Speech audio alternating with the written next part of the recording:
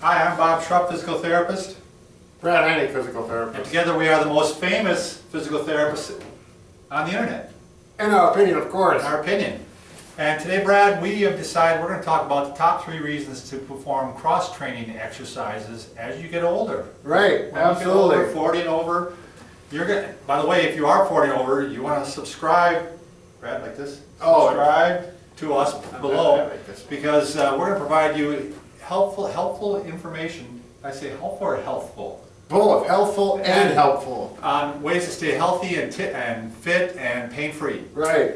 Let's jump right into this, Brad, though. Top 3 reasons. Well, cross training, we should talk about what it is, because Sure. I think some people may not have it clear. An example, if you like to walk a lot, and that's all you do is walk, and you get very good in shape walking, you walk 5 days a week, and then your grandchild comes over, a little 3-year-old, you pick them up, and you hurt your back. And you think you're in shape and you really aren't because Right. you haven't done any strengthening. And that be whether you're walking, running, or biking. Right. Um, If you run all the time, you're setting yourself up for injury to some extent because Sure. you're overusing a lot of the same muscles and same joints, Right. as opposed to biking, which it might break it up a little bit. Exactly. So there's real importance. Brad and I always stress the 3 things. We want to see you do cardio, stretching, and strengthening.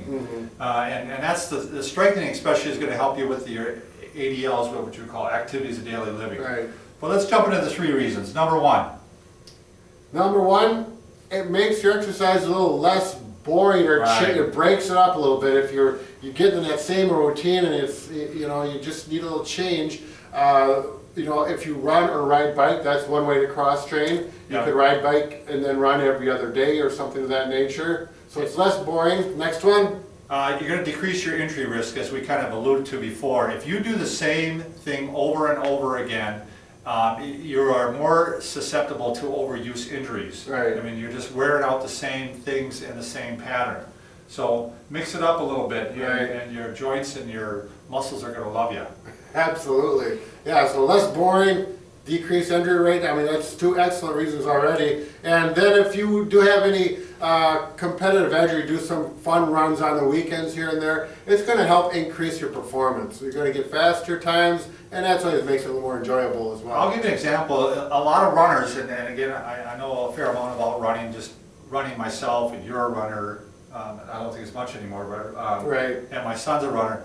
Most runners have very weak hip groups. Mm-hmm. Yeah. And, you wouldn't think so because they're out there running every day, but their muscles are weak. And if you strengthen your hip muscles, it'll probably make you faster. Sure. So that's just a simple tip right there. It's going to make you stronger for so many other things, just bending over Right. to pick things up. If you got a busy day doing yard work, you'll notice it. So, should we talk about some options? Sure. Let's try some options. All right, so if you're a runner or you like to walk, put in some strength training in there. And we can't get into all the options of strength training, but we have them on our videos. If you Google in our name and put strength training, you're going to come up with Obviously, options. strengthening for the arms and strengthening for the legs. Right. Even though you already are running or biking, you still need to strengthen the muscles into different Directions, yeah. exactly. And I think even more importantly is core strengthening. Right.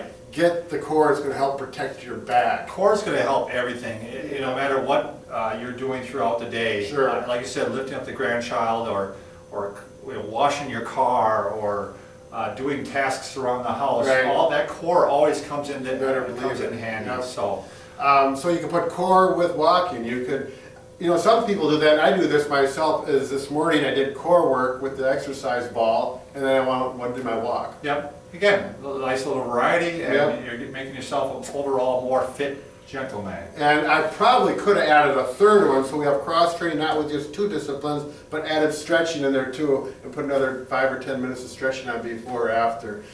There's a great way to organize your exercise routine, especially if you're 40 and over, and Bob and I both are 40 and over, even though I don't look like it. Ha ha ha. On that note, I think we'll stop, Brad.